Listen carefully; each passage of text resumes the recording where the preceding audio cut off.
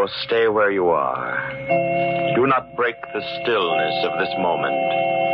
For this is a time of mystery.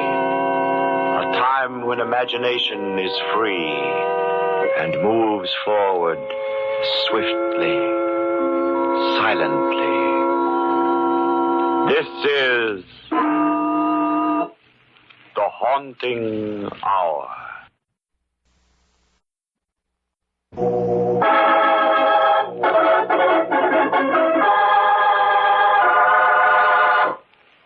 Ptolemey's grave.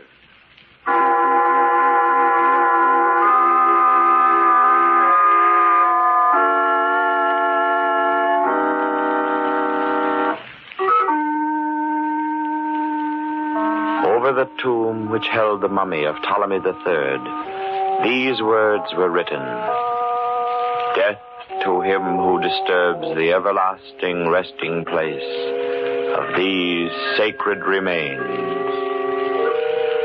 2 weeks ago, William Cartwright, a famous Egyptologist, defied this curse.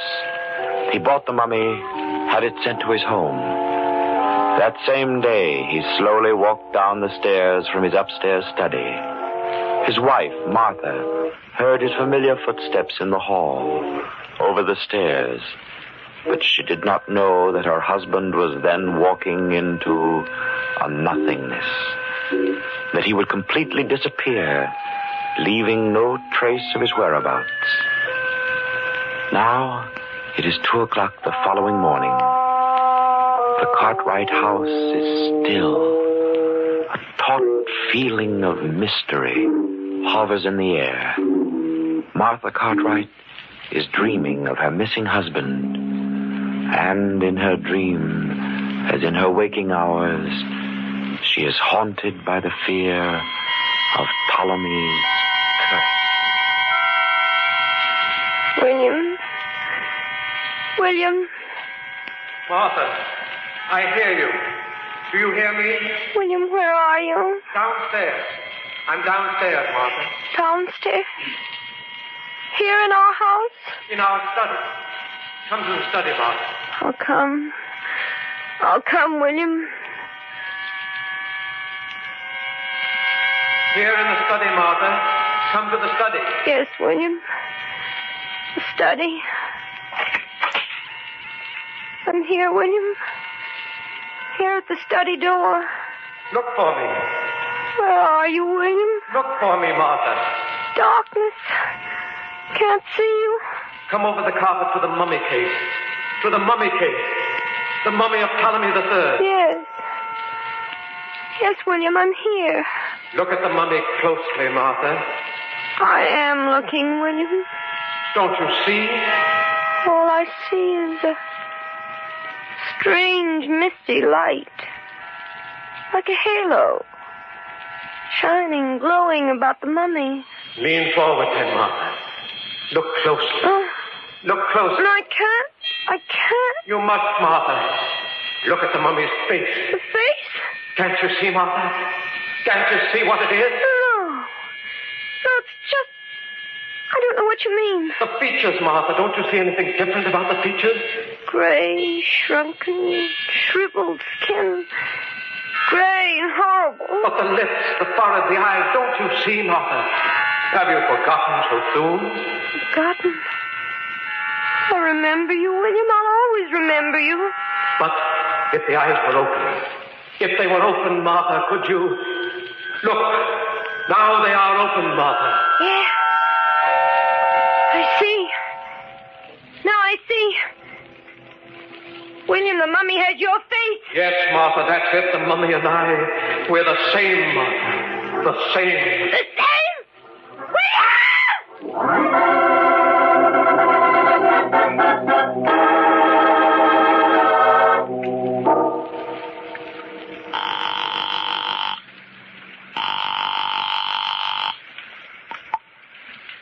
Hello?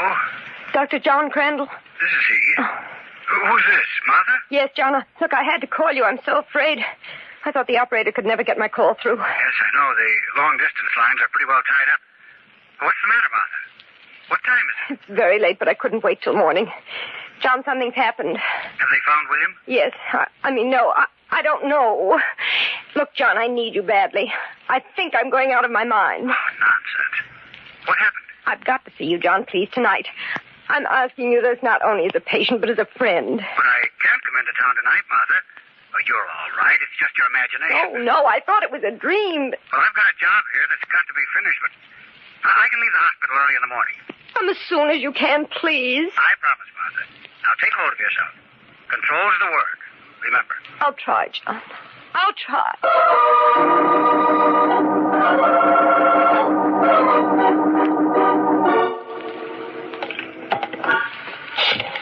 It can't be. It can't be.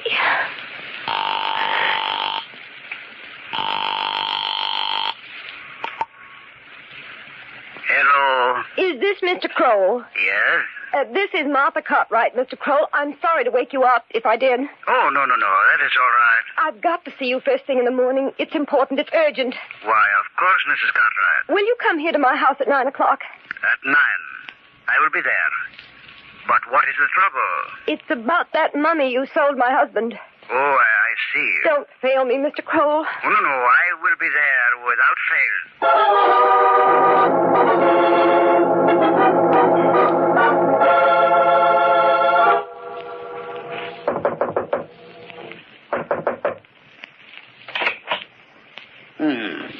Mrs. Cartwright? You're Mr. Kroll. Yes. Come in, please.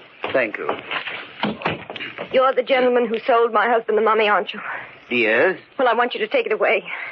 Take it away? Yes, immediately. You're here right away. But, Mrs. Cartwright... I'm sorry. I'm terribly upset. No, I understand. How soon can you take it away? Perhaps tomorrow morning. Oh. But what do you want me to do with it? I don't know. I don't care. Sell it or give it away. Do anything you want with it. Well, that will be very difficult. You see, one reason your husband was able to buy it was... Well, perhaps we'd better not discuss it right now. You mean it's cursed? Yes. Misfortune has always been attached to it. Do you believe in this curse? I have specialized in the art and civilization of the pharaohs for 20 years. My experience has taught me to respect their ideas. Yes, Mrs. Cartwright, I believe in the curse. Can you tell me what the curse says? Death to him who disturbs these sacred remains. A death of torture, of maddening pain. Death in its strangest form. And now that my husband is dead, I may be the next victim? You must take it back. Please, Mr. Kroll, I can't have it here another night. I haven't slept for days. I can't keep my eyes open, but I'm afraid to sleep. Why don't you leave this house until tomorrow? I can't. I'm expecting my doctors. Then perhaps you will be able to take a nap before he arrives. Perhaps. Well, thank you, Mr. Kroll. You'll take it tomorrow, then. Yes. Goodbye, Mrs. Cartwright.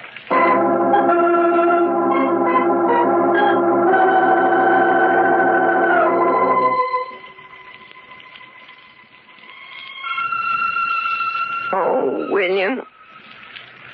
Death in its strangest form. Not you, William. A death of torture, of maddening pain. They couldn't, William. They couldn't. Martha? Do you hear me? William, Yes, Martha? where are you? I'm in the study, Martha. You remember where you saw me last night? No. Oh, it was a dream last night. You were in the mummy case then. It couldn't be. Yes, I'm still there, Martha. Come and you'll see. No, William, I couldn't go there again. No. I haven't disappeared. I'm here in the house. You want to be with me? I'm here in the study, Martha. I can't come to you, I'm afraid. Afraid of me, your husband? Yes, William, I know. I'll come to you. Down here, Martha, in the study. I'm coming to you, William. I'll do anything you say. But don't make me look at the face. You must, Martha. No, William, I'll do anything. Not that, please. No, not that. No. Martha. Please don't make me. Well, please, I can't do it. Martha, wake up. It's John. No. John Crandall. I'm going to die. I know I'm going to die. I don't want to look at that face again. Please don't make me, William. Please. Martha. John Crandall. You were walking in your sleep, Martha. I'm sorry I slapped you, but I had to wake you. Oh, you're here, John. heavens, you're here.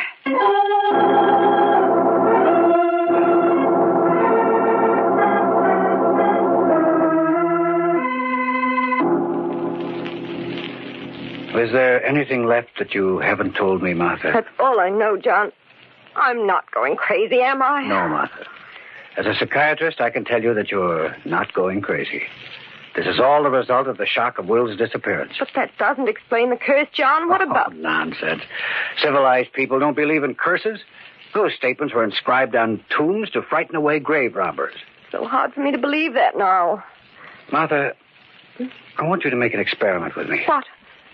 Let's go into the study together and look at the mummy. Oh, no, I can't. You've got to. It's the only way you can overcome your fear. Now, just let me prove that it's only your imagination and nothing more. Please, if no. you want me to help you, Martha, you have to help me, too. Come. All right. That's it. Here's the study. Where's the light switch? John, wait. Don't turn on the light. But, Martha, It's there, John. You see it? You see that misty light? It's just the moon coming through the blinds. No, it's the mummy. Look at it. The mummy? You see it? That gray light that shines around it? I'm not sleeping, John. I'm here with you. And look at that face. Look closely, John. I am, Martha. You see that face? William's face? As though it were dead for centuries? Is this a nightmare, too? No, it's not a nightmare. I see it. Then that mummy is William's body. It's the curse of Ptolomey III. That you laughed at, John. You laughed. Martha. Now William's gone. He's dead. Martha, please. And I'll be cursed just as John was. You don't believe that. I do. Why didn't he believe it when they told him? Now it's too late, don't you see? Now I'll die as William died. Because now the mummy belongs to me.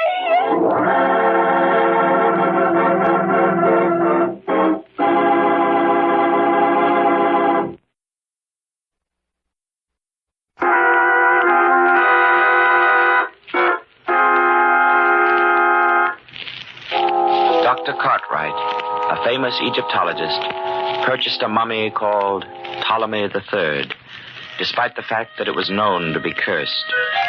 The same day, he vanished.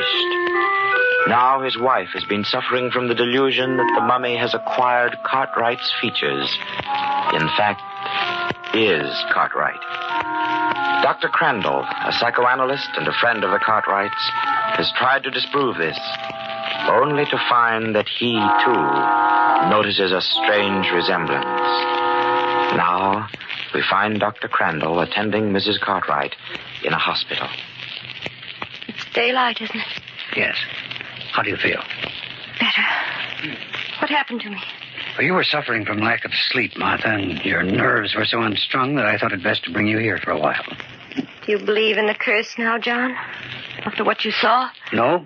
But you saw the same thing I did? Yes. How do you explain it? I'm not sure that I can explain it yet, Martha. But after I brought you here, I went back to the house again to look at the mummy. And? It was gone. Go? Oh, I suppose Mr. Kroll called for it. Who is Mr. Kroll? He's the man through whom William bought the mummy. I asked him to take it away. I see. Well, I'm going to leave you now, Martha. There are several things I want to take care of. But I'll be back this evening, and I want you to come with me to Mr. Kroll's place. Why? I want to see that mummy again. Oh, but John, why must I do that? Are you still afraid of the curse? Yes. Well, I still intend to prove to you that there is no such thing. I'm going to buy that mummy.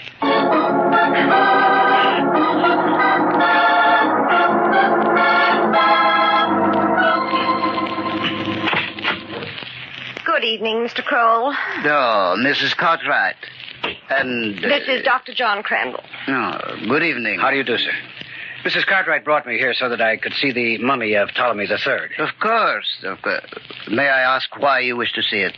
I'm interested in buying it. I've tried to convince him that it's cursed, Mr. Kroll, but he doesn't want to believe it. Many men have refused to believe it. It is only fair that we inform those who intend to buy, and the rest is entirely up to them. Now, if you step this way, please, the mummy is in my workshop. Thank you.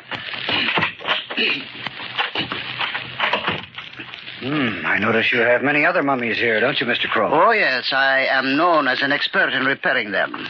They are sent from museums and collectors all over the world. And which is Ptolemy III? In this sarcophagus right here. Will you open it? Why, of course, certainly. Now, just a moment, Martha. Don't go away.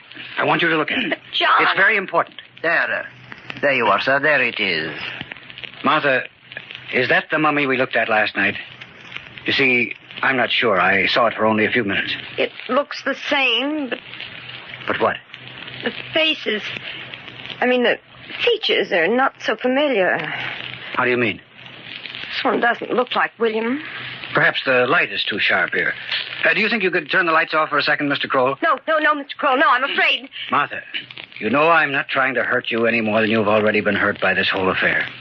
But I must get you to believe that there is no such thing as a curse of this kind. If you don't do as I say, your condition may grow even worse, beyond my control. Is that clear? Yes. Now, Mr. Kroll, will you turn off the light? Of course. Are you looking at the mummy in that sarcophagus, Martha? Yes. Do you see anything now? No. It's so pitch black I can't see anything at all. Nothing. I see. John, you know I haven't been imagining all this. What is it, Martha? Over there. Look near that other wall. Face. That's William's, just as we saw it last night, John. With that glow all around it. And it's moving. Look, it's moving. John, make him turn on the light. John! Mr. Kroll, will you turn on the light? Please, hurry. Why, certainly. Oh. John.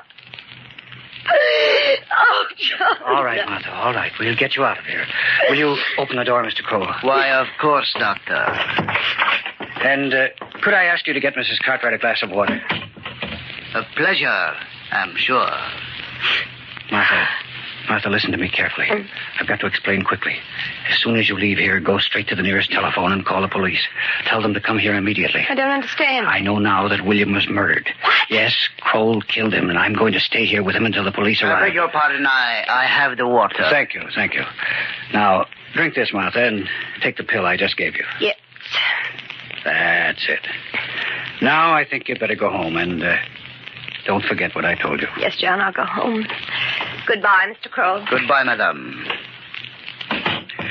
Oh, it's terrible, sir. She's completely obsessed with the fear of that mummy, and it's destroying her. She loved her husband very much, I'm sure. Of course. But more than anything else, it's her insane fear of that curse. And is that the reason you want to purchase the mummy, Dr. Crandall? Precisely. In that case, maybe I can help you. You can? Yes, let us talk about it. But first, would you like to have a drink? I notice you are rather fatigued after what just has happened. Yes, I guess I could stand something. Will you join me? Why should I leave myself out? Why, of course, I have some very fine old spirits here. And now, there we are. I hope... What was that? What? Is there somebody else in your workroom? I thought I heard a noise from there. Well, there is nobody there that I know of. No. It must be your imagination, Doctor. Oh. Perhaps you yourself can take one of those pills you just administered to Mrs. Cartwright. Yes, she has been a very trying patient, I'll admit. Well, to her early recovery. Thank you, sir. Hey, dear, there is nothing quite like it, is there, eh, Doctor? Yes, it's very fine, I must say. Now, I don't like to hurry you, Mr. Kroll, but I'm very much interested in your idea to help Mrs. Cartwright. Well, let us start at the beginning. When you first came into the shop with Mrs. Cartwright and she looked at the mummy, she did not see anything about it that frightened her. Is that right? Right. But when you suggested that we turn off the lights, it was then, for the first time, that she was aware of her, well, shall we say, her hallucination? And what do you suggest? I suggest that she have the mummy return to her house and then have her practice looking at it while the lights are on. And in this way, she might forget the hallucinations of seeing her husband's face. But suppose she is not suffering from hallucinations, Mr. Kroll. Well, you yourself saw what a change came over her when the lights were turned off. But she was not frightened by the mummy you originally showed her. No? No, Mr. Kroll. Mrs. Cartwright saw the mummy you didn't want her to see. The mummy that you took from her house. The mummy that happens to be no mummy at all, but is, in fact, the body of her husband. You know that? That was why you hung a curtain in front of that mummy before we arrived. And how did you know it was behind the curtain in my workroom? Because of the glow of light around it. I could see that glow when the lights were turned off, so I took the curtain away completely. That was what made Mrs. Cartwright think it was moving. Oh, I see. You are a very astute doctor. Could you tell me, perhaps, what you think made the misty glow? That's simple. It was the natural body gases and fluids which you forgot to extract before you applied your preservative to Dr. Cartwright's corpse when you mummified it. You are quite right. That was the only mistake I made. There are certain things that you can't hide, Kroll, such as your bleached hair and beard. Your real name is Cavarella, isn't it? Oh, so you are not only a doctor, you are a detective as well. Well, you see, I knew that William Cartwright was one of the foremost Egyptologists in this country. And as such, he was often called upon to testify as an expert witness in many fraudulent cases connected with the culture. How so? Yes. So I went through those cases with the district attorney on the assumption that one of those defendants was connected in some way with Cartwright's disappearance. And the district attorney told you about me? I found out that you'd been convicted in one of those and sent to prison for 12 years on the basis of Cartwright's testimony. Oh, well, we all make mistakes, Dr. Crandall. Even you. What do you mean? That drink you just had. It was poisoned. And in a few more minutes, perhaps, you will be dead. But I promise you one thing. I will not make the same mistake on your corpse that I did on Cartwright's. No, you... My throat. You are beginning to feel the effect of the poison. You can't get away with this. I'll come back after I'm dead. I am not the superstitious one, Doctor. I can't breathe. My throat. Dead. And now, before Mrs. Cartwright can return with the police, as you have instructed her, John! Mrs. Cartwright. Yes, I want to talk to Dr. Crandall. He's killed him. Yes. And I am very glad you have returned. What are you going to do? Well, you see, I was just about to change Dr. Crandall's features completely so that I would not have a repetition of the same trouble. Although I did not want to kill him, I guess I was a little hasty. It was you I should have killed, my dear Mrs. Cartwright. Don't touch me. So you went out to call the police, eh? But they will never find out. Not with my way. You'll find out. You can't do this. You can't get away with To it. the police, it will be just another disappearance. A disappearance caused by the curse of Ptolomey. People like to believe those things, Mrs. Cartwright. No. You can't do it, Kroll. For you, Dr. You didn't believe me, Kroll. I told you I'd come back. John! It's not true. It can't be. You feel the pain, Kroll. The pain in your throat. I feel it. But yes, I do. What is it? In your chest, and now it's around your heart. No. God. Yes, it is. Coming to my heart. I can't breathe. Oh, it's choking.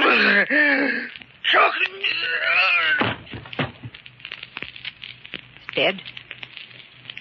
John, you're alive. I don't understand. I know how trying this is for you, Martha, but listen to me. I'll explain But it. I just saw... I wasn't dead.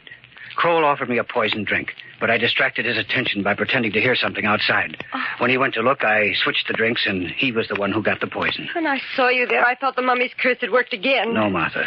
That curse we talked about so much was only Kroll's own invention, and it came back to him.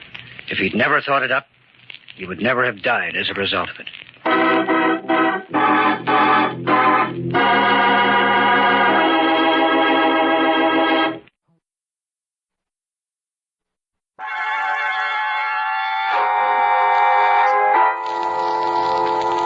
From shadows and stillness, mystery weaves a spell of strangest fascination, charging the mind with doubts and fears.